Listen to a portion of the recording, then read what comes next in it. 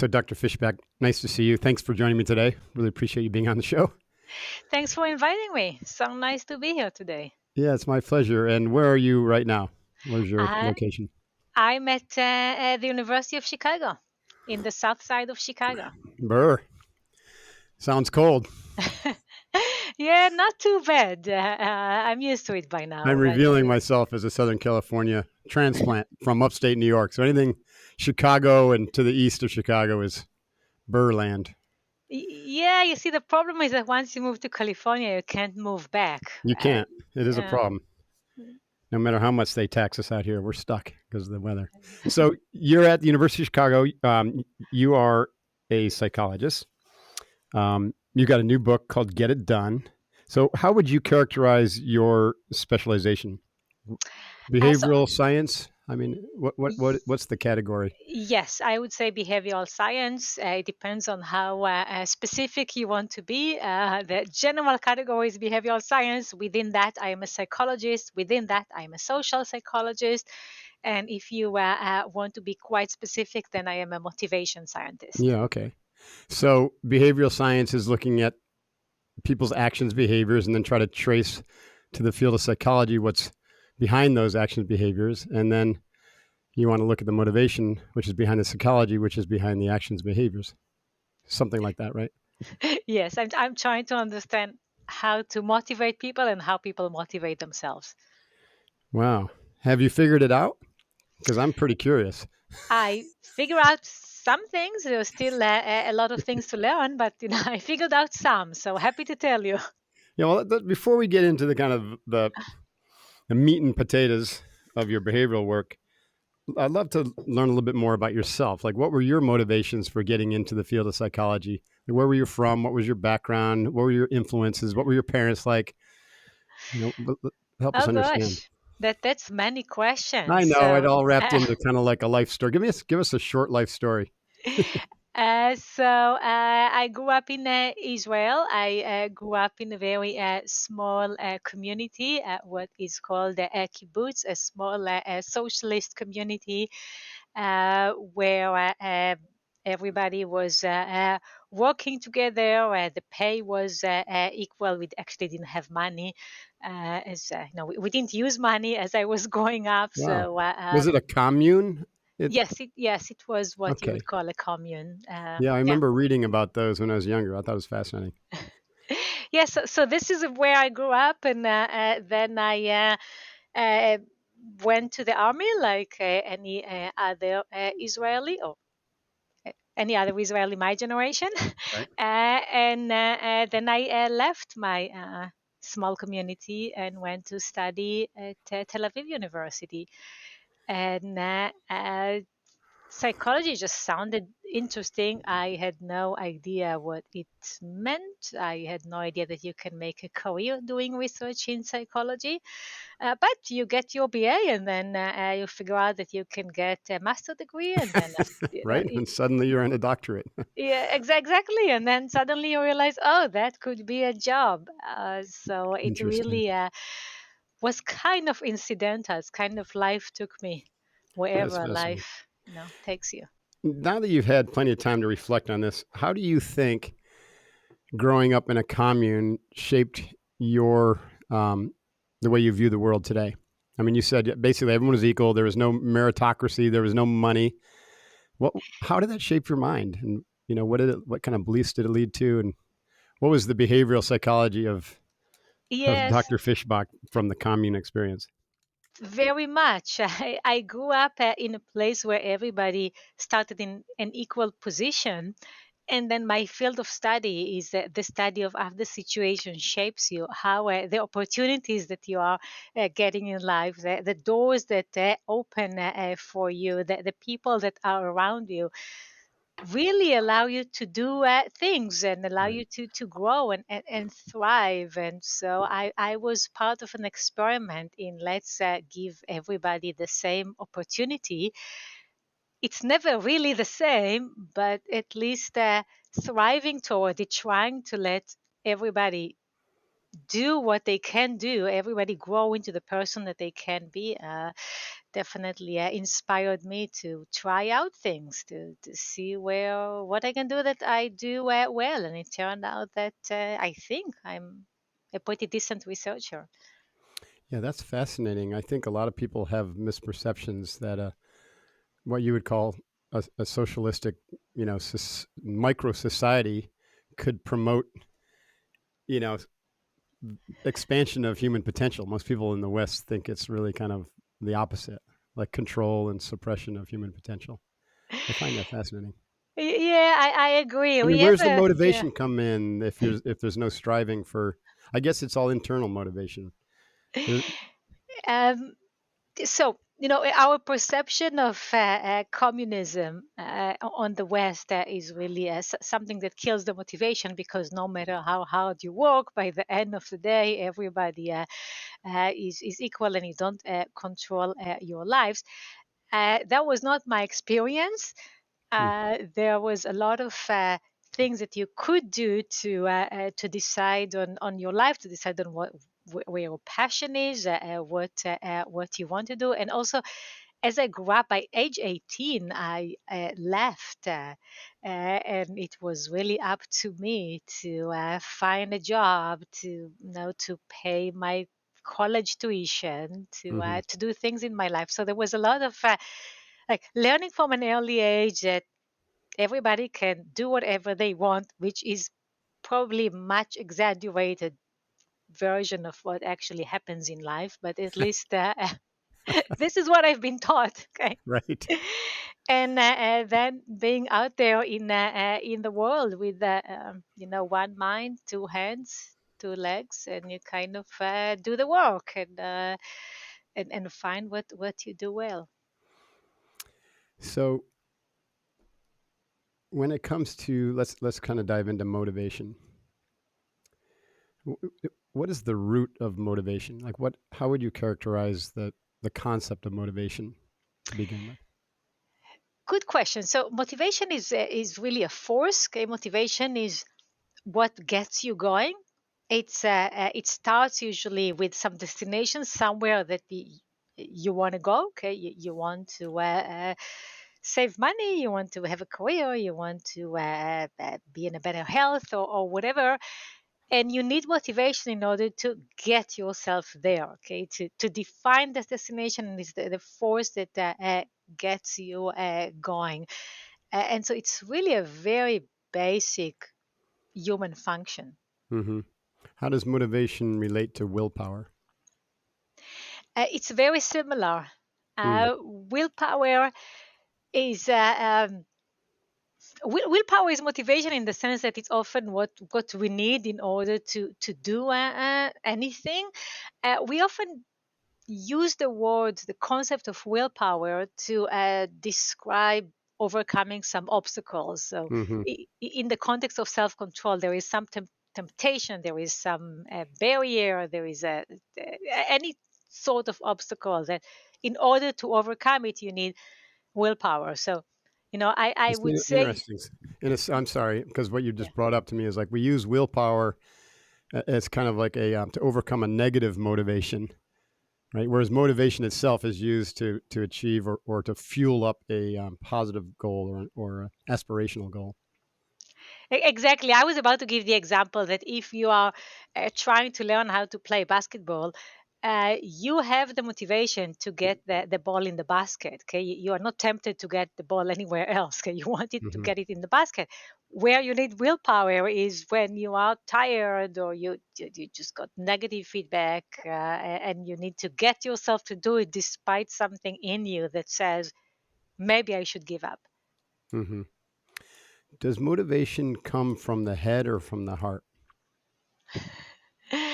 And unfortunately, this is a myth that anything comes from the heart, right? Mm, mm. It's Interesting. all in our mind. But I think that you were referring metaphorically, whether it's about No, cognition. I was actually referring more from to the perspective of heart mind. The neurological processing capacity that the heart has, which is, and it's also from my research, the heart is really the realm of courage, right? And so it takes courage to go after a lofty goal, which then fuels motivation. And so I would say one perspective is that motivation for something that's aligned with your life purpose or aligned with your heart is going to come from that kind of heart's, the heart's neurological energy, the heart mind. I would say I think that where we meet on this is that motivation is a function of how you think about things and how you Right. feel things. Okay, so your feelings, your emotions are very Yeah. critical for what Right. you can do. Right. I like that. I guess I'm kind of get to the heart of what I'm asking you, or where I want to go is and I think I know the answer, but as a trained psychologist, an academic psychologist, does the field allow for the concept of whole mind, of mind extending beyond the brain in our head? And because then that defines a lot, or helps explain a lot of what you just said, that feelings are associated with motivation, empathy can be associated with motivation. Those things aren't necessarily associated with the brain. They're associated with the extended mind, which inclusive of heart and biome and even your whole enteric nervous system. It's a good question. We often, when we think about the location of psychological functions, Hmm. we think about the mind, and there is a whole field of neuroscience that Right. tries to identify where things are in the mind. I don't really study the localization of these functions, and when you say that the entire body, well, like the way our mind interacts with the rest of our bodily parts. That's a pretty new field of Right. research That's that true. I can't say much about. I can barely tell you about where things are located in the brain Right. because first we don't know a lot, and second I mainly care about how people think, feel, and how they behave. But then when you ask about the new findings about the relations between our mind and other bodily parts. Yeah. Fascinating. Yeah. Well, what I love about the behavioral science is, I mean, you can study it from the outside in or the inside out. And when you look at it from the outside in, and one of the things you mentioned earlier is our um, how much our spaces affect our thinking, how much the people that we're involved with or that we allow into our lives affect our thinking, our cognition, even how we learn to move in the world. And so I'm a lifetime martial artist, yogi. You could call me an extreme athlete, and I know through my experience that has really shaped how I think, not just through the neuroplasticity effect of moving and how that affects the brain, but literally the proprioception, the interoception, the four dimensional ability for me to move and maintain body awareness changes my mind. It gives me way more access to different ways of thinking, and I think that's this idea of extended mind is a really fascinating field for me. And I'm curious if that has touched behavioral science in your field at all. Are you looking into that, or how does that intersect for you? I believe what is special about your experience, Mark, is your awareness to it, other than actually being a subject to the world around you. Like we Right. all are the result of the world around us. Our experiences, including the people that are around us, is what makes us, is what affects our motivation. In order to influence our motivation, what I recommend is to influence your environment, like put Hmm. yourself in the situations that motivate you. Hmm. Now, what many people are missing is awareness of this case, being Hmm. able to point out, like, this is the thing that made me who I am, or that made me motivated to do something, or that resulted in like this awareness of something that I do. And Yeah, this that's is where. where I'm hoping to get people. Yeah, well, that's where mindfulness meditation that tends to provide great value, right? Because basically, it's a practice of developing awareness and maintaining awareness of what's affecting your mind and how your mind is, organizing its thoughts and whatnot. And I've been meditating since I was 21, starting with Zen, and so it brought me a little bit of that the awareness of the awareness of itself, which is kind of cool. And how so that brings me. I want to get into your book and talk about motivation more, but I'm curious is how is research into meditation affecting cognitive behavioral therapy and behavioral sciences? Yeah, there is some research on meditation.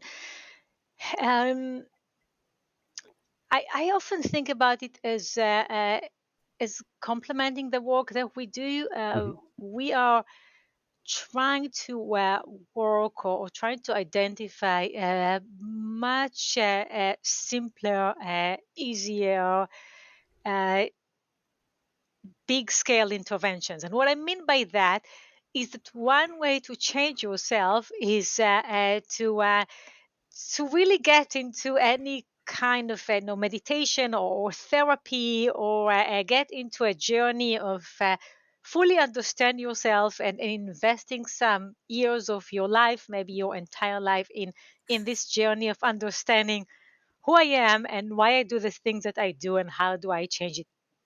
Right.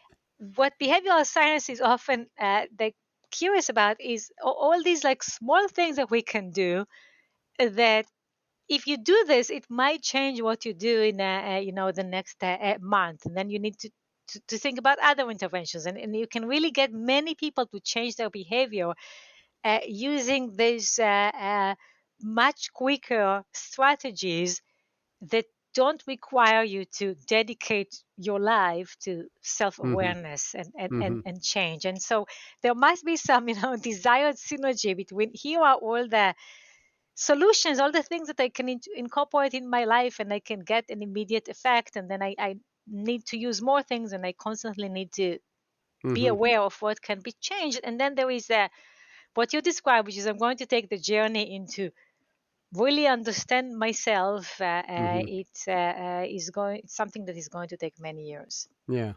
Well, you could see how they work hand in glove because, behaviorally, let's say we're dealing with someone who's overweight or has an eating disorder. Well, we can begin to work on those behaviors, and we can even make them a little bit more effective behaviors.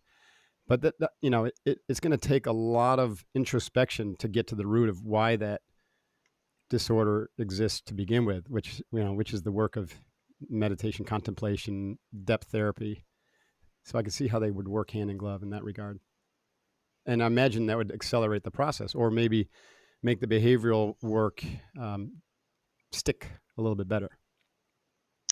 Absolutely. I like this example. You can dive into the long journey of understanding your relationship with food and why it Right. might be a unhealthy relationship, right? Right. Uh, I would suggest strategies such as don't set your goal as lose weight. Okay, it's just Hmm. not a great goal. It's a goal that most people fail to Hmm. pursue. If you adopt more of a do goal and an approach goal of eating healthily, of engaging in healthier habits, you have a better chance. It's interesting. Do you think that's because of it's a positive goal versus a negative goal, or again, looking at it like I'm going to create something new as opposed to get rid of something bad? Yes, because getting rid of the bad things, these avoidance goals, they elicit a sense of urgency. Right. So when you think, oh, I should not do something, you feel that you should not do it starting now. Right. Uh, but they don't last long. Okay, so Interesting. when you plan to, many people plan to stop smoking. Okay, when we ask them, uh, you understand that you need to start it immediately, but it's a really hard goal to pursue because every time when you remind yourself that you should not smoke, that brings to mind a cigarette. Hmm. Okay, and that's just a goal that keeps bringing to mind the things that you should not do. Hmm. Whereas if you set your goal as pursuing some healthy habit, uh, that's easy. Okay, if you set your goal as I'm trying to think what people come up with a substitute for holding a cigarette. For many people, this is like drinking more water or like doing something else that is like fidgety with their hands. You can set this, and this is just easier to do because when you remind yourself of the thing, you don't remember what you should not do, you remember what you should do. And Hmm. that's easier. Yeah, that makes a lot of sense to me. Right. Because the more the more your mind kind of dwells upon something, it's going to bring or attract it. It's going to draw you closer to that because you're reinforcing energetically that thing. Right? So The, if you focus on the negative, you're going to probably have trouble getting rid of the negative because you just keep thinking about it. Like you said, you're adding energy to it. the best example is when people try to start a new relationship. Hmm. Uh, when your goal is to stop thinking about your ex, that's a terrible goal because every time you, how do I not think about my ex? The only way is by thinking about what I should not be thinking. Okay. That's awesome. So your book title is "Get It Done," and so I think one of the challenges that I'm like right now, I get it. It's like, okay, if I want something, then I want to know how to get it done. But what if I don't really know what I want? So do you go into understand helping people understand what it is they really want as part of getting it done so they don't choose the wrong goals or frame the goal the wrong way like we're talking about? Yeah, so the problem with motivation is it can lead you astray, right? Right. And many people decide to pursue the things that are not good for them. It could be a bad relationship. It could be an exercise that is not good for you, which was result in sports injury. Hmm. Most addictions, or at least many addictions, start with teenagers are trying to get themselves to be more cool or more something by drinking or by smoking or Hmm. whatever people do in order to prove to the world that they are the person that they believe is a subject for admiration. So, yeah, many of the goals are bad, and the first part in motivating yourself is analyzing your goals. And so, in my framework, there are 4 steps, there are 4 issues that you need to tackle. The first is identifying a goal. It should be a goal that is good for you, that is not too abstract, but also not too specific. Hmm. Ideally, it's a goal that is enticing, that is not a means. Okay, it's the thing that you want to achieve. Okay, it's getting to the top of the mountain other than training in order to get there. It's a goal that is challenging, that is not too easy, but also not too hard, so that you will give up. And if you don't define the right goal, okay, let me refer to my last element. Like if it's too hard, then it's a bad goal because you will give up and Hmm. develop a perception of yourself, someone who cannot do it. That can be good. Yeah, and this is a really important topic. I want to go a little deeper into it. There's a model that I use to help our clients define a target or a goal, and I call it the fits. Does it fit in this acronym? So the F is, does it really fit my personality? Like, because I imagine you have clients. If you have clients, I'm not sure. I should have asked you. Do you work with individuals? You must, right? I do not. Or you study them and okay. Well, there Yeah. are clients oftentimes who just they choose goals that are unrealistic. They're just like, okay, like a good example of that is in my 30s, I met the first Navy SEAL astronaut, William Shepard, and I got very inspired. And there's since been 2 more Navy SEALs who become astronauts. And I was like, I really want to do this.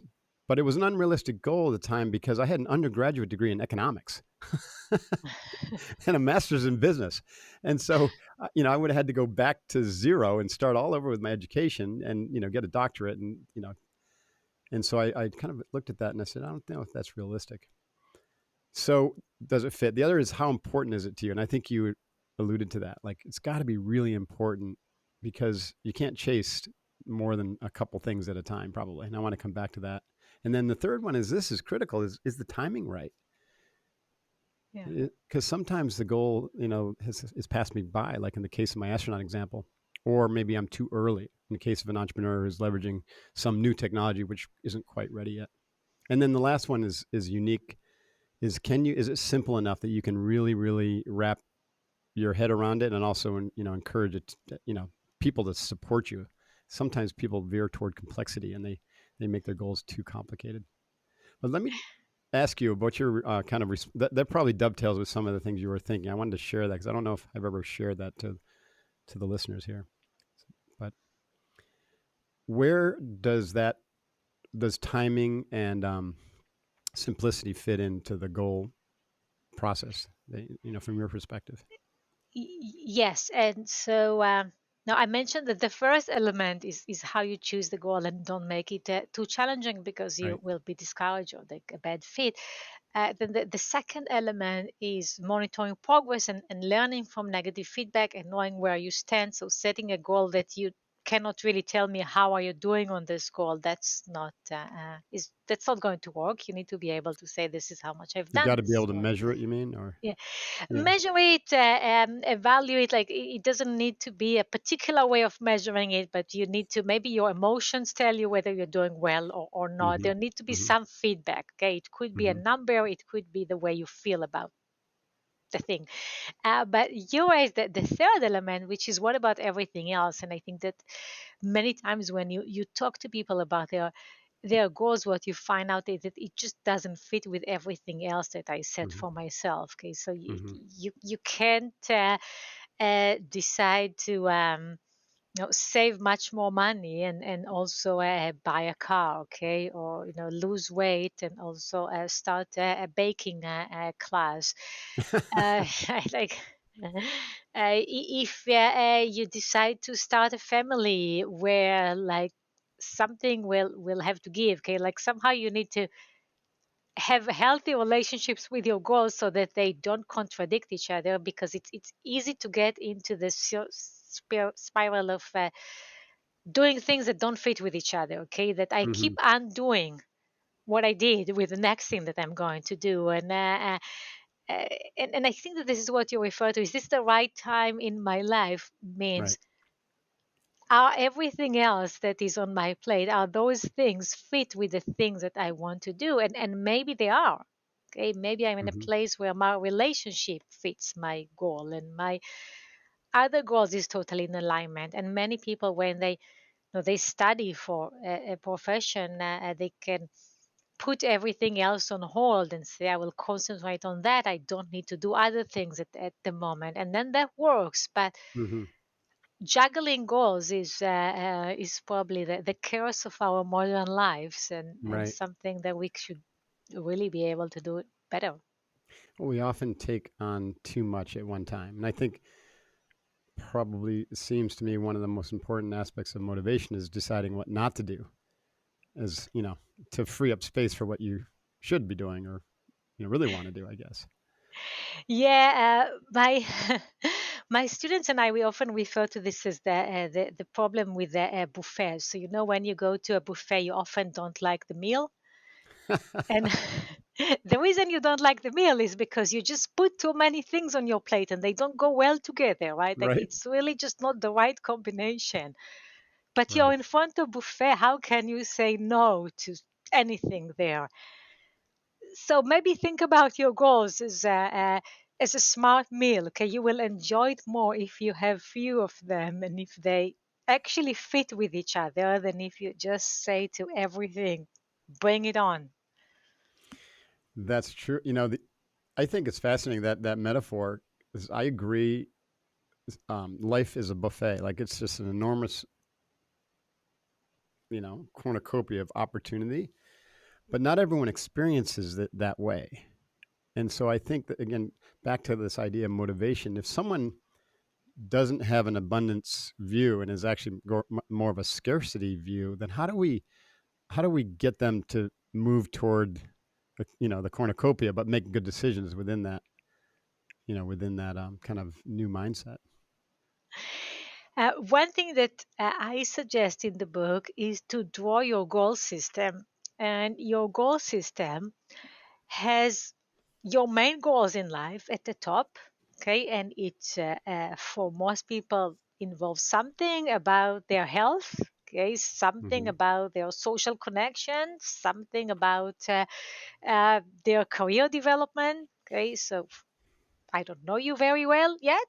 Maybe for you it would be your career, your sports activities, and uh, the connection to people in your audience. Okay, like that, Mm-hmm. and then for each of them, define the sub goals that serves them, Mm-hmm. and then go down as much as you can. Eventually it might be just too complicated to comprehend, but try to go at least two levels. Like, these are my main goals in life, these are the main ways in which I pursue them, these are the main means in which I pursue the sub goals that then pursue my superordinate goals.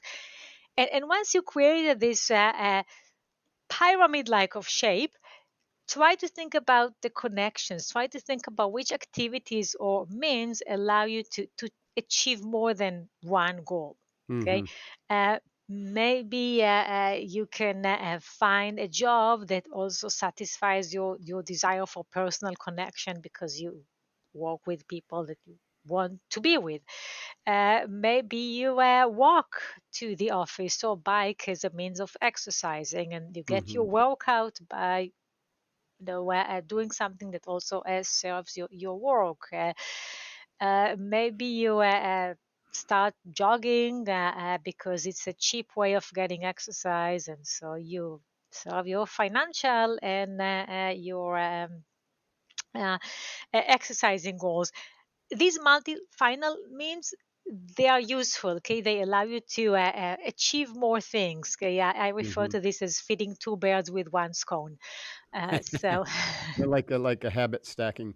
Can we differentiate um, a goal that is like an achievement goal versus a habit or a process goal, and when we might use one over the other?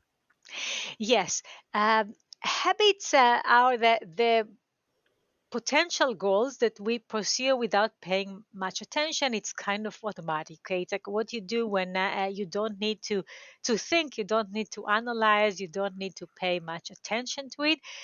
Usually we develop these habits because they serve goals at one point. Okay, so Mm-hmm. many of our habits are useful. You might have the habit of waking up every day at 7 a.m. It is a useful habit during the week. Maybe on the weekend it's less useful, but you still wake up at that time because you have this habit. Mm-hmm. Uh, no, maybe you have the habit of eating while watching TV. At one point, that was a great combination for you. At this point, it's not really a great habit. You would like to change this.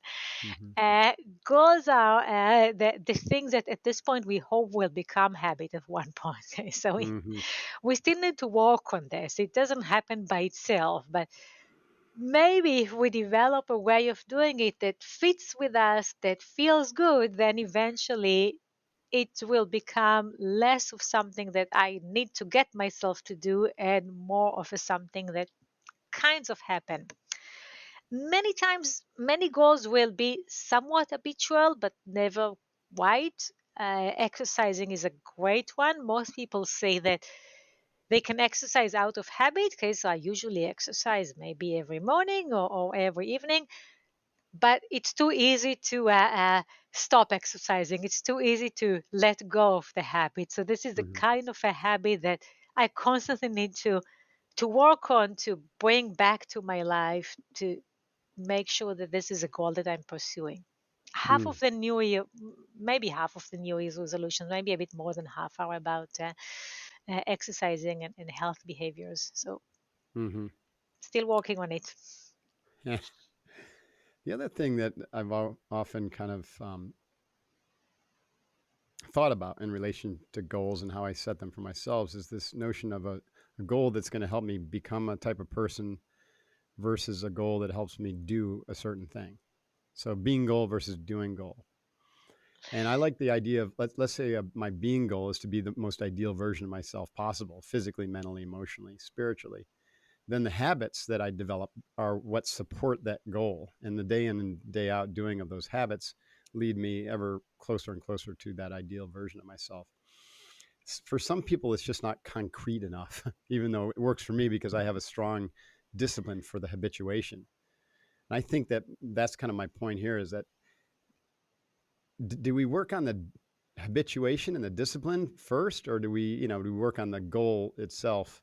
Do they have to exist together, or can we like just take kind of chunk it down into the habits and move toward the potentiality of a bigger target or bigger goal.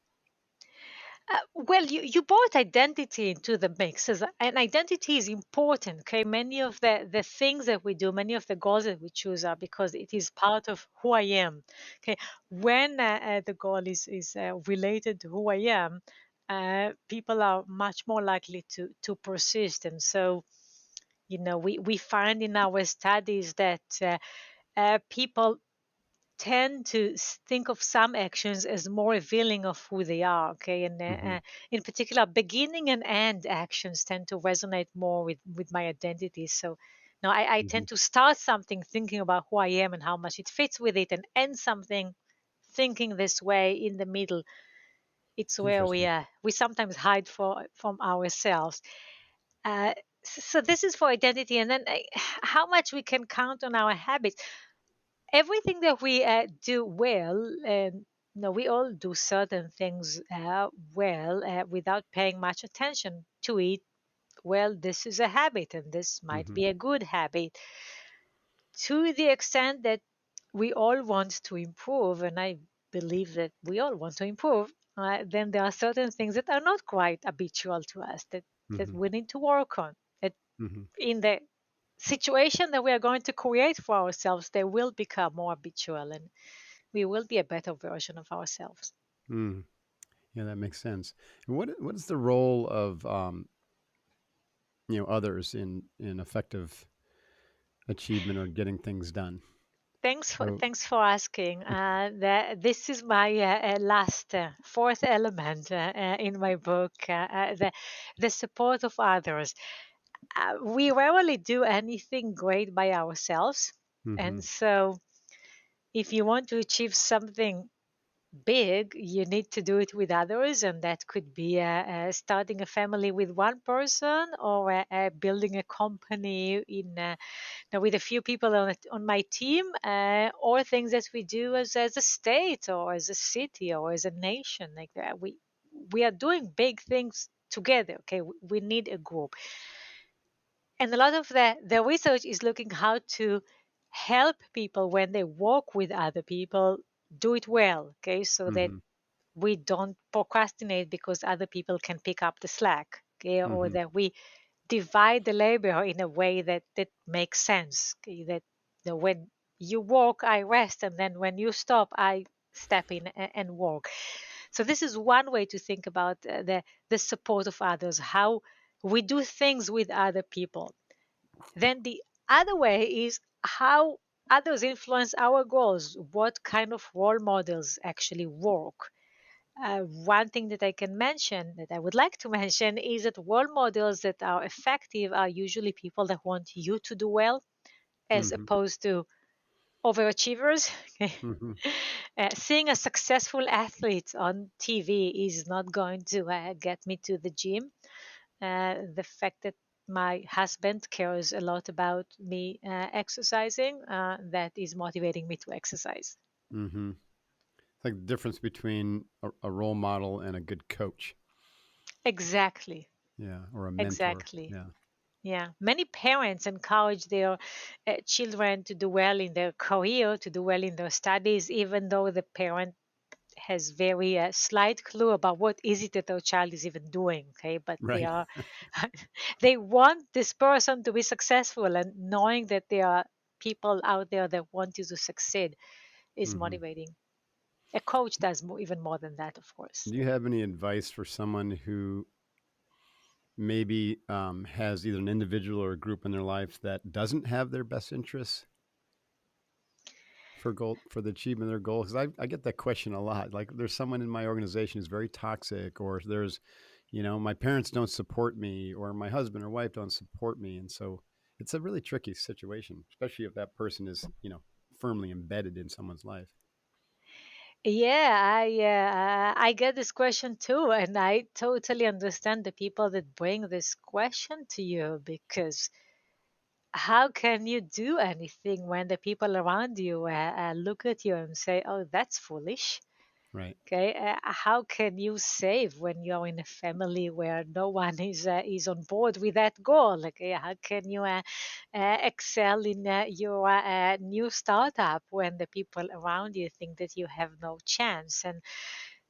And so I often give the advice of finding the person that believes in you. Hmm. I maybe you can't divorce your parents, so maybe there will be people there that don't believe in you. But who Britney believes Spears in did you? it. Right. Find someone who believes in you. It would be painful to divorce your parents. I've heard of it happening though. Oh my gosh. Yeah, I don't think that you can do it legally, so you're kind of stuck in that Oh no. relationship. I think there's a way to do it actually. Yeah. Okay, That's we'll see. interesting that I have some direct experience of that. I love my parents, but they did not support my decision to leave behind my business career and join the military and the Navy SEALs. And so I had to just basically say, okay, that's I understand your perspective, but this is my life. It's that important for me to do this, and I'm going to do it without your support. And Yes, and then you move somewhere, okay, and you connect to people who right, understand your pursuit, who can say, "Oh, this is a vision worth having." that's right. Being in a place where there is no one, it's easy to feel that you've gone insane, right? Right, You're doing something that no one else can understand, and so we often start with, "I have this idea, and no one here might pursue this idea with me or understand this idea, but then I need to find the people that are either going to do it with me or appreciate what I'm doing." right. The idea of doing anything without social support is naive. Yeah, I totally agree.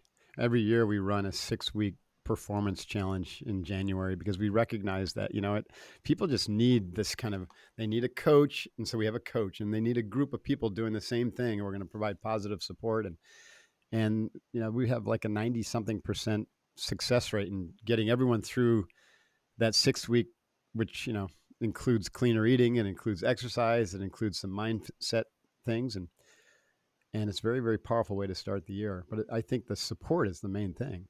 You know, it's difficult to do these things alone. So this Yeah. podcast will be coming out, right around the new year or into the new year. So it's a perfect time for people to read "Get It Done."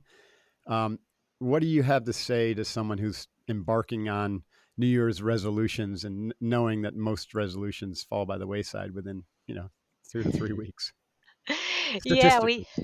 we collected a lot of data about New Year resolutions. We like New Year's resolutions because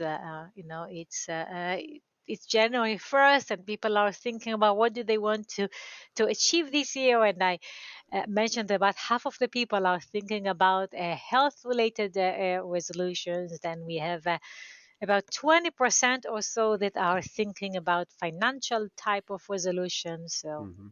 getting out of debt, starting to save money. And then we have all these like idiosyncratic resolutions that the people have. And when we follow through, sorry, when we follow with the people that set these resolutions, we find that many people drop the resolutions sometimes throughout the year. In a recent sample where we looked at 2,000 people who set resolutions in January, by the following November, only 25% of them told us that they are still pursuing the resolutions. So I don't know if it's good or bad news, but it's hard. Hmm. What we found that predicts adherence is what we refer to as intrinsic motivation, is the feeling that you like what you do, that it feels good at the moment, that when you do this, you feel like you're achieving your goals. So that Hmm. it really, it's coming from within. A bad resolution is a resolution that you say, I will do it now because it will be good for me in a year or in two or later Hmm. in my life. Okay. Hmm. A great resolution, a resolution that you might still be pursuing in November, is the one where you say, when I do it, I feel good. I feel like I'm doing the right thing. I Hmm. enjoy what I do. It is who I am. And when setting resolutions, that would be my advice. Okay. Think about something that you will feel good while you're doing it. It might be hard, okay? You might sweat, okay? You might feel like you have to think really hard, but at the moment you will feel like you're achieving it, like you are intrinsically motivated to do it. Then you have a good chance to be in there. The quarter of the people that are still sticking to their resolutions many months later. Yeah, that makes a lot of sense. To reinforce that intrinsic motivation. That's the holy grail, isn't it, for goals? Yeah, it's interesting to note that when you look at the people who said that the resolutions are very important for them versus people who said that it's important, but not that much, there's no difference in how much they follow through. Huh. So, yeah, so like I did not expect it. I was surprised, okay, that those who say that something is more important are not those that are doing it more. Those who say that they are intrinsically motivated, that they enjoy it at the moment, that they feel good about doing it, are more likely to persist than those who say that no, I don't necessarily enjoy it at the moment, but it's good for me in the long Hmm. run. Yeah, ideally, especially when it comes to something like exercise and eating and or eating less, we know it's good for us, and then we develop the experience of it feeling good also. Which for exercise takes a little bit of time, but eventually, you feel good while you're doing it, even though there's a little bit of pain and sweat, right? And it's good for Yeah. you, so you get that Yeah, double reinforcement. of course. I mean, like, right, like no one is setting a New Year resolution to eat more ice cream, right? So, Right. like, we start with that, the thought of, okay, what would be good for me a year from now? Okay, where am I Right. heading? But then, if the way is unpleasant, there is really no way. Yeah, in a sense, we have to develop the delayed gratification to feel the positive effects of not eating as much ice cream, which could take, a month or two to start to play out in terms of your physical body and your metrics, so to speak. That's awesome. Yeah. So, the book "Get It Done" is it published yet? Is it out in the marketplace?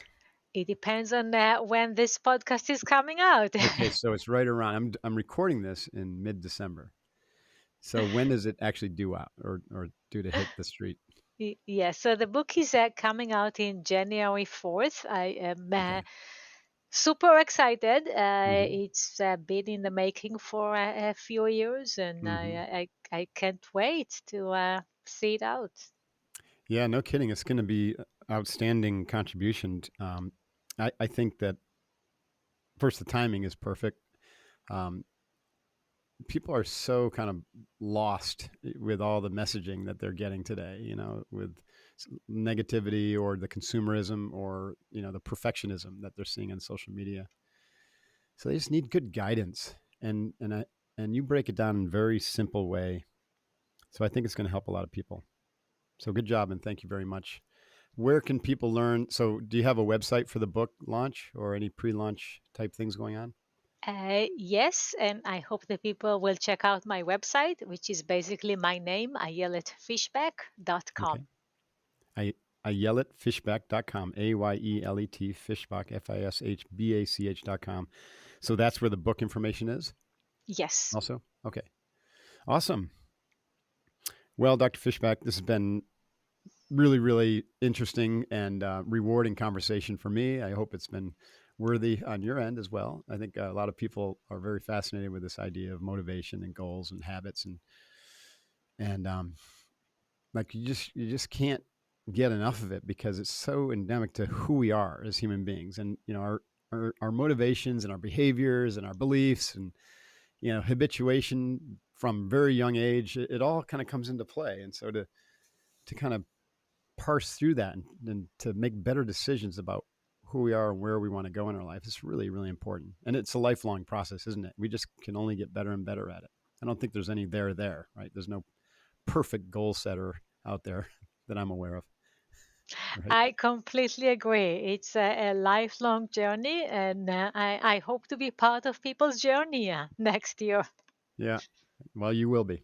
Thank you so much for your time. Really appreciate it. All Thank right. you very much. It was a All right. pleasure talking to you. Thank Likewise. you. All right. Take care now.